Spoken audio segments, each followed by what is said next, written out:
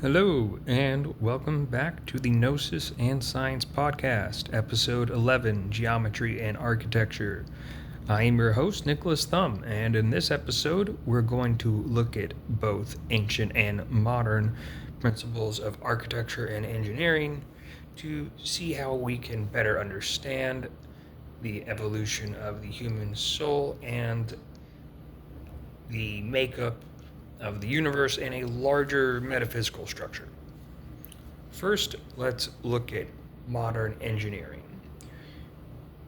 where we have a base that is separate and it is set on springs. This creates a strong foundation and is used to help mitigate earthquake damage. This is mainly seen in Japan, and much of this damage from the earthquakes comes from lateral forces exerted on the structure. There is a similar technique from ancient China known as the dugong, where there are freestanding pillars that have a interlocking joinery network above the pillars that support the heavy roof. The path for the growth of the soul is much the same. With challenging circumstances, this will allow us to create a deep and strong foundation, while the springs can be seen as a form of non-attachment, where we are not swayed by external circumstances, be that other people and their opinions or our environment. Now, if the modern form can be viewed from an internal perspective, we can apply the same view to the ancient Chinese technique. And you can view the four pillars as organizing principles that provide a sturdy framework of ethics for one to orientate themselves within a larger whole. Not too dissimilar to the idea of the Tao applying to a familiar structure and that family and their position within the state. While the interlocking joinery technique, known as dugong, is the flexibility of a agreed upon kind of social contract. And this is all to support the roof that shields the internal from the external elements. The roof itself is the larger social contract, the role that the government would play. It is the masculine boundary that gives meaning and safety for the internal feminine.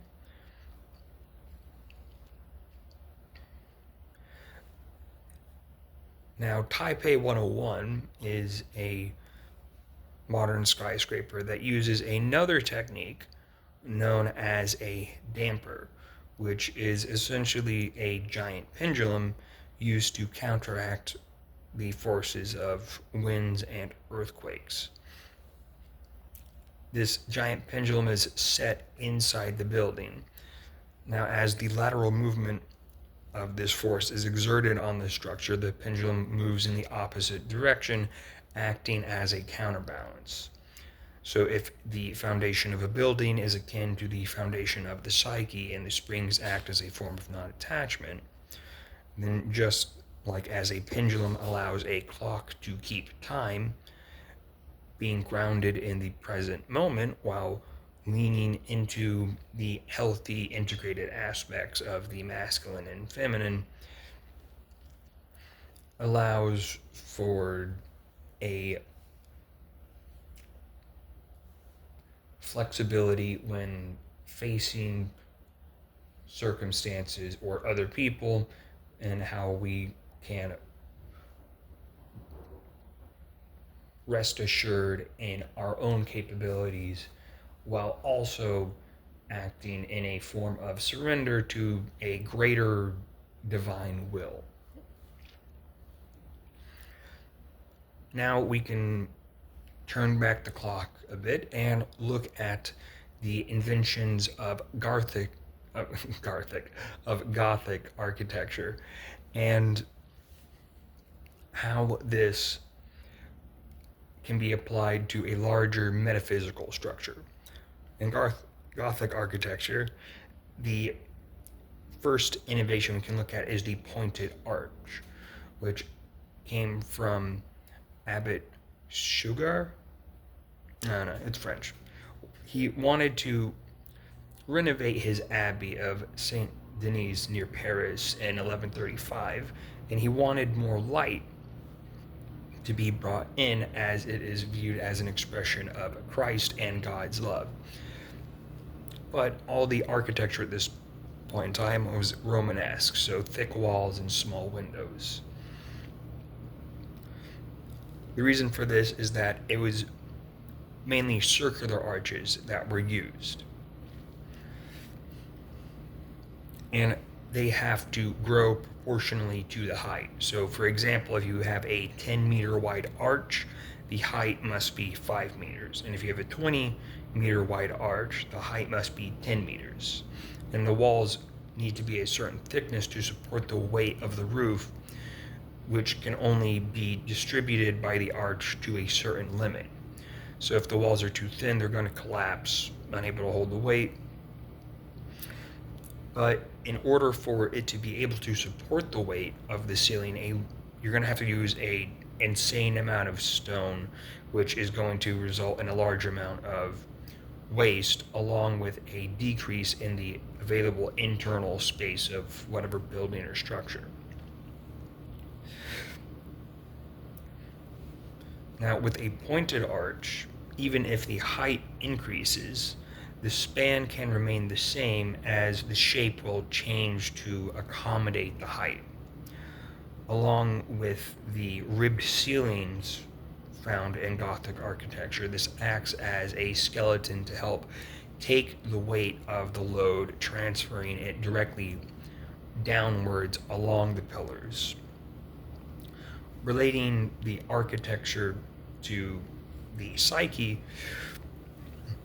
we can see that just how broken bones are stronger once healed, the trials we're put through to promote growth as these layers of our ego are peeled away result in a stronger support system from this non-attachment, as these acts of surrender mean that we no longer feel the need to carry the mental weight of our roles as we go along this path of self-discovery and surrender, allowing us to exist more in the present moment and the light of God or the divine to permeate our existence. Along with these innovations is the flying buttress, which takes even more weight off the walls and will slightly separated from the walls and is performing the same function, just at a smaller scale. Relating back to what we previously discussed about the anti-de Sitter space and scale invariance, we can view the flying buttress as a mirror to how the weight of existence that comes from co-arising and self-examination is actually mitigated as consciousness fragments and splits from one density of reality to another, existing at smaller and smaller scales of expression.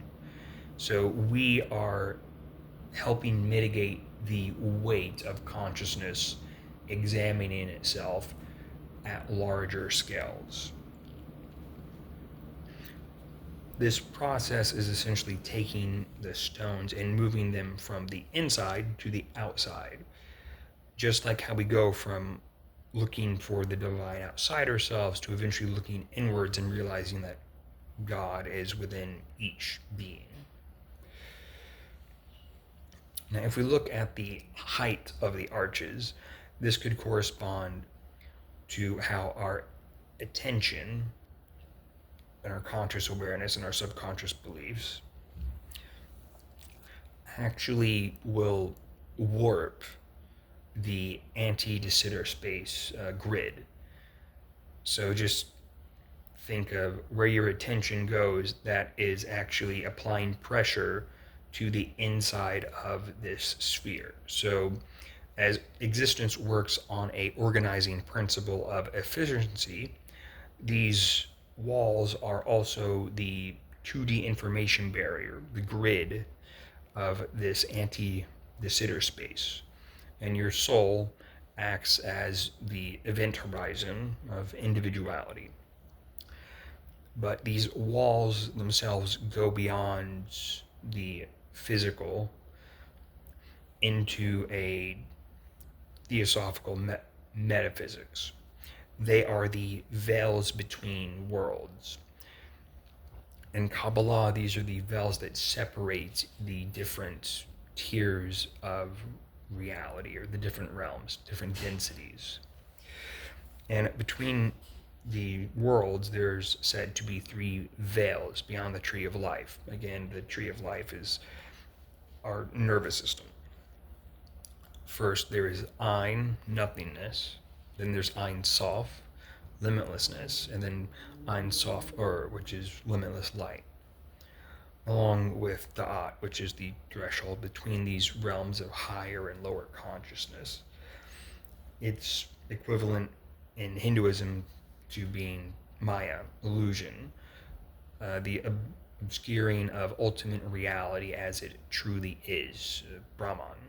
Or in Buddhism, with the stream entry, the point where the practitioner shatters the illusion of individuality and the permanent self.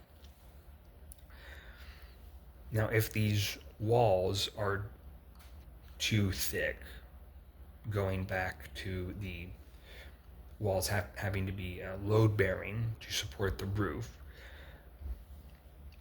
and there's not enough internal room, this would be like not having enough room for self-reflection and evaluation. And we can see this happen in higher and lower realms. But if it's too thin, this deteriorates. The veil between the self and other, the conscious and subconscious. So this is what happens when we take intoxicants to reach altered states of consciousness. We are meant to understand certain things at certain times when we are mentally ready. But when we take these intoxicants, we are essentially shooting up the scale invariant axis before our mind is able to actually integrate this information. And not only that, but there are certain people that will be brought into your life to reflect these shadow aspects of the psyche, and you also serve that same function for them. So if you do take a mind-altering substance, you are essentially gaining insight, but also throwing off the greater pattern or the greater tapestry that is being orchestrated by the divine. Now, going back to the physical process of actually constructing a church and the Gothic architecture, how exactly does the stone mason actually calculate the thickness of a wall? The interesting thing is that they didn't use anything to actually do this historically.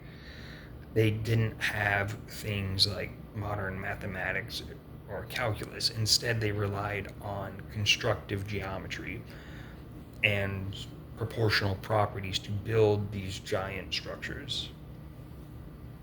So you can essentially create and make the plans for an entire cathedral all without actually ever using a single calculation. The way they did this is the supporting wall thickness must be between a fourth and a fifth of the arch's span. So first you would draw the inside curve of the arch on the ground and then lay a rope along this curve and marking and cutting it at the base. Then you would fold this rope into thirds. This divides the arch into 3 sections.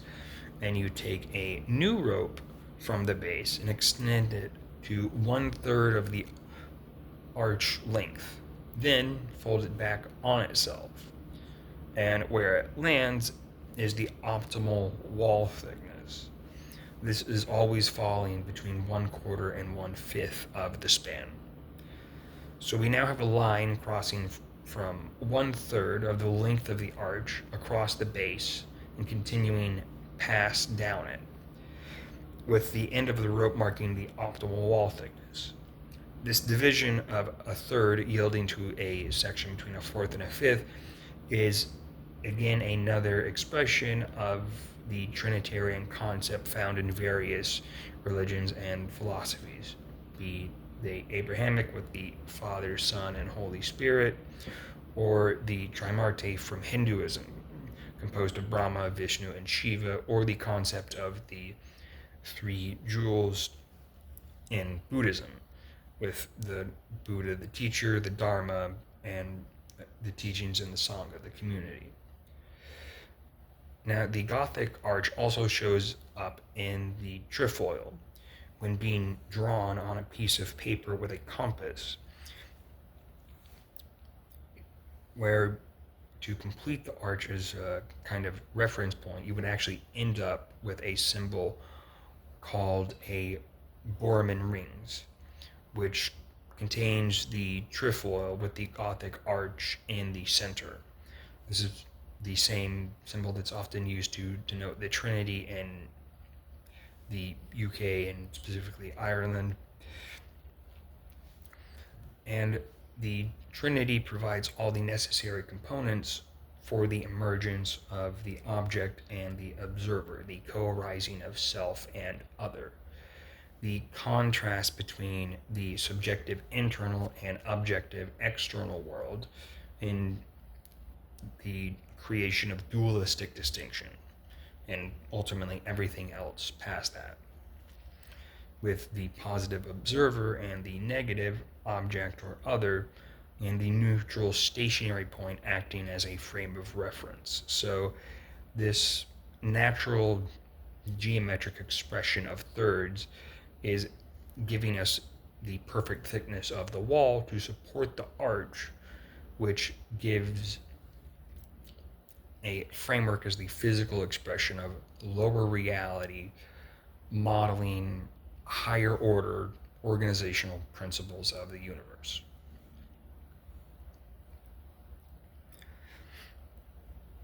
Now, when we look at scientific models using grids to represent the warping of space-time through gravitational influence, we usually see it as a 2D checkerboard grid with depressions representing the warping, or sometimes a 3-dimensional lattice grid, but it's still made of just cubes. But if we change our framework to imagine our universe as a holographic projection along an anti-de Sitter space,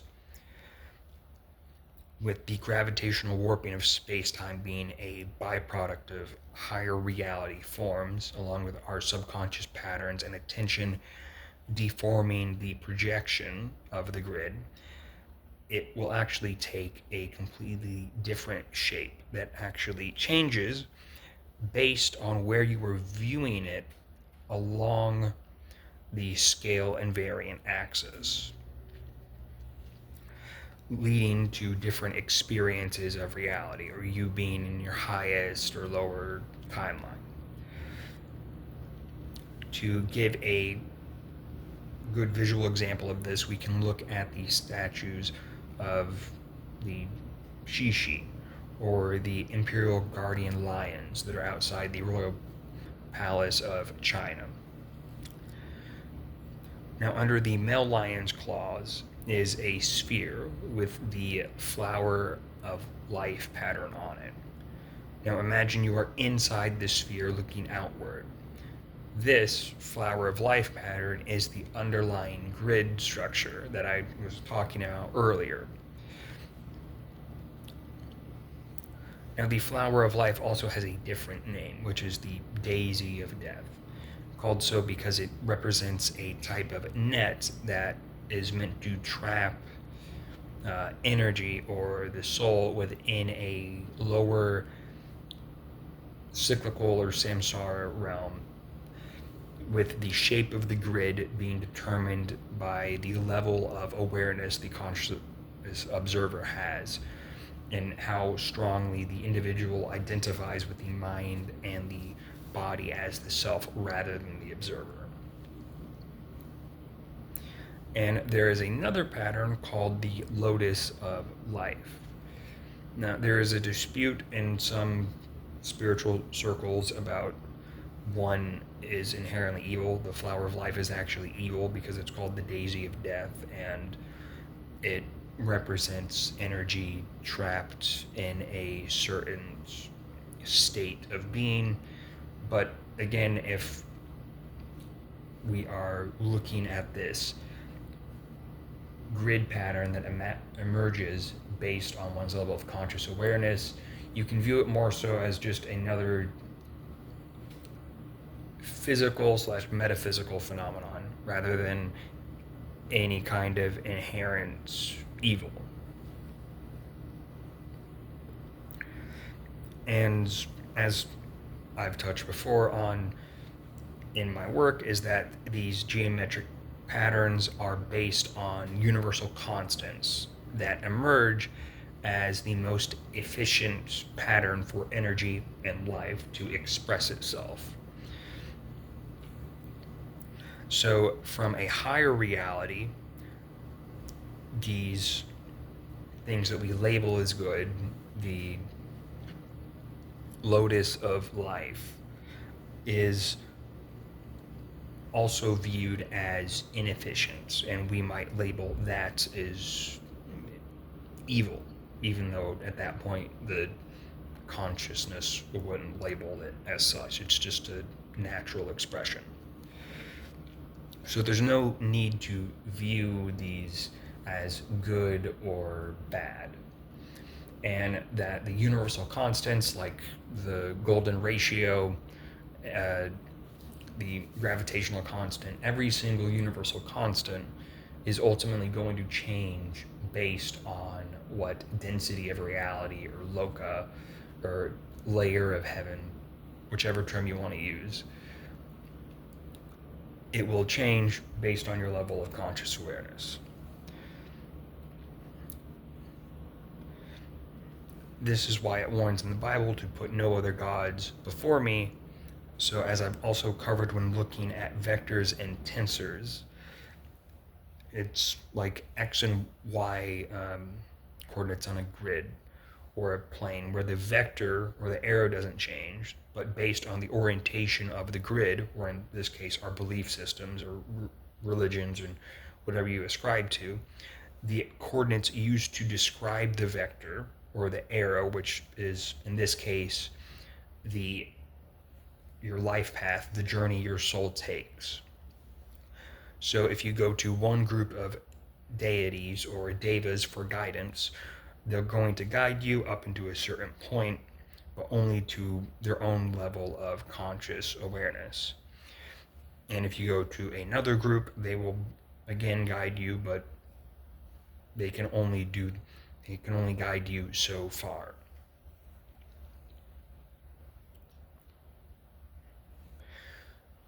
So now let's turn our view and look at architecture a bit further east from India. Now, in India, the main point of the architecture is to help combat the hot and humid weather. And to do this, they use some clever engineering techniques to keep the environments of buildings cool. So just like how in Gothic architecture of the West, we can draw parallels to consciousness as well. First, there is what's known as the Venturi effect, where a fluid, be it liquid or gas, is forced into a small space, which increases its speed, which causes its static pressure to drop below the the surrounding atmospheric pressure. They take advantage of this natural effect with smaller windows with very thick walls, and this pressure difference actually creates a constant breeze throughout the building. And this effect is compounded through the use of a central courtyard, which might have a fountain in it. The courtyard in the center of the building creates a pocket where warmer air rises, creating a zone of low pressure, pulling air inward. And it's, the same, you can see the same thing with the formation of hurricanes. And we can also see this reflected back with the shishi from earlier, with the male and female pair having a open and closed mouth, embodying dualistic characteristics, where the open mouth of the male is meant to ward off evil spirits and scare away demons and capture bad luck, while the closed mouth of the female keeps good spirits in, trapping good fortune and ensuring good luck. Does not actually leave the home or wherever these guardians are placed. Together, this is another representation of the beginning and the end of the cycle of life and death, a smaller scale expression of the Alpha and Omega from the Bible. And the toroidal field we create is another expression of the meeting of these zones of low pressure, creating an inward pull as we process energy through meditation. With the central fountain, which helps to keep the temperatures low as a physical expression of our own subconscious, the internal yin aspect as a kind of metaphysical homeostasis that helps to regulate temperature and keep us grounded as we work through our subconscious patterning and karma. Now, lastly, we can look at the jali, which is a lattice or screen often made from intricate masonry work, which is used to help create ventilation and filter light, again to help regulate temperature. This jali takes the form of intricate patterns of overlapping shapes and grids. It's the same pattern you see in Islamic architecture or Moroccan tile work, coming from sacred geometry, which is, again, mainly based off the underlying structure of the flower of life, which is once again coming from the universal constants.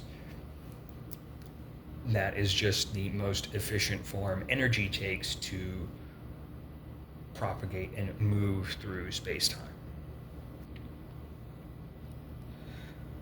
So this grid along the anti-curvature space is acting as a type of screen. So without this grid or these veils in place, our souls and the balance of subjective good and bad that comes from our ego, the metaphysical hot and cold of the universe, the duality, the linear perception of time couldn't be maintained. And we can see this with higher expressions of consciousness or devas. The grid structure or the veil that makes up their experience of reality is operating at a different rate of time, which is based on their level of conscious awareness, which is experiencing time in a less linear fashion and causes them to be kind of snowblind to their subconscious patternings and faults. Again, they operate more like AI in the sense that if you set certain parameters, the AI cannot deviate from them. Again, I'm not saying that AI is conscious as of now, and I'm not saying that you can use AI to channel entities, but I am saying that, like setting certain parameters in AI, if there is a being of a certain level of conscious awareness, if then they are stuck within certain parameters and cannot deviate from them. In this sense, they do not have free will as we would know it, which is why we, as smaller expressions of divine consciousness, even come here and incarnate, is to have free will and to actually experience this resistance or the subjective bad that arises from identification with the ego and this dualistic arising, to actually integrate and take the strain of and help mitigate the shared load of essentially God consciousness experiencing itself as separate. So, I hope you enjoyed this episode where we dipped our toes into architecture and engineering. If you're interested, I have a course on Teachable under Nicholas Thumb's Schools where I combine science and spirituality. If you're interested, let me know. I'll have a link in the description along with a link to any socials that I have. And until next time, I'll catch you in the next episode. Yeah.